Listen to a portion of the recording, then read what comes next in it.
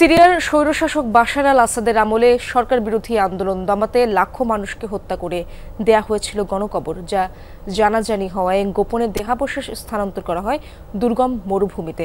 সম্প্রতি বার্তা সংস্থা রয়টার্সের অনুসন্ধানী এক প্রতিবেদনে উঠে এসেছে আসাদ সরকারের নৃশংস এই কর্মকাণ্ডের খবর। অপারেশন মুভ আর্থ নামে দীর্ঘ 2 বছর ধরে চলে গোপনে মরদেহ স্থানান্তরের মিশন। জেনেক্সে শিফট করো, লাইফকে লিফট করো। গণকবর থেকে উদ্ধার করা হচ্ছে প্রায় 1.5 দশক আগে সিরিয়ার গৃহযুদ্ধের সময় আটক ও নিখোঁজ হওয়া বিক্ষোভকারীদের দেহাবশেষ। সম্প্রতি আন্তর্জাতিক ব্রিটিশ সংবাদ সংস্থা রয়টার্সের প্রকাশিত এক প্রতিবেদনে উঠে এসেছে চাঞ্চল্যকর সব তথ্য। 2011 সালে ক্ষমতাসীন স্বৈরশাসক বাশার আল আসাদের অত্যাচারে অতিষ্ঠ হয়ে প্রতিবাদ বিক্ষোভে ফেটে পড়ে দেশটির জনগণ। চলমান আন্দোলন থামাতে নৃশংস পদক্ষেপ নেয় আসাদ সরকার। দামেস্কের পূর্বে কুতাইফা শহরে হত্যার পর মাটিচাপা দেওয়া হয় সরকার বিরোধী আন্দোলনে আটক বহু বিক্ষোভকারীদের।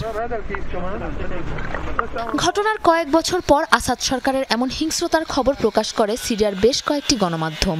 গণহত্যার প্রমাণ মুছে নিজের কুকর্ম ধামাচাপা দিতে 2018 সালের শেষ দিকে সেনাবাহিনীকে মরদেহগুলো স্থানান্তরের নির্দেশ দেন বাশার আল আসাদ।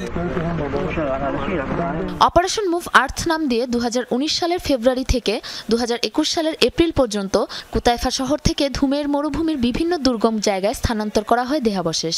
এই কাজের সাথে সম্পৃক্তদের তথ্যে জানা যায়, সপ্তাহে 4 রাত 6 থেকে 8 ট্রাক ভর্তি মাটির সাথে মিশিয়ে আনা হতো মানুষের দেহাবশেষ। এরপর তা পুঁতে ফেলা হতো বিস্তৃত মরুভূমির বিভিন্ন স্থানে। এখন পর্যন্ত আবিষ্কার করা হয়েছে 2 কিলোমিটার লম্বা অন্তত 34টি গর্ত। ধারণা করা হচ্ছে গর্তগুলোতে চাপা দেওয়া হয়েছে লাখখানেক মানুষের দেহাবশেষ।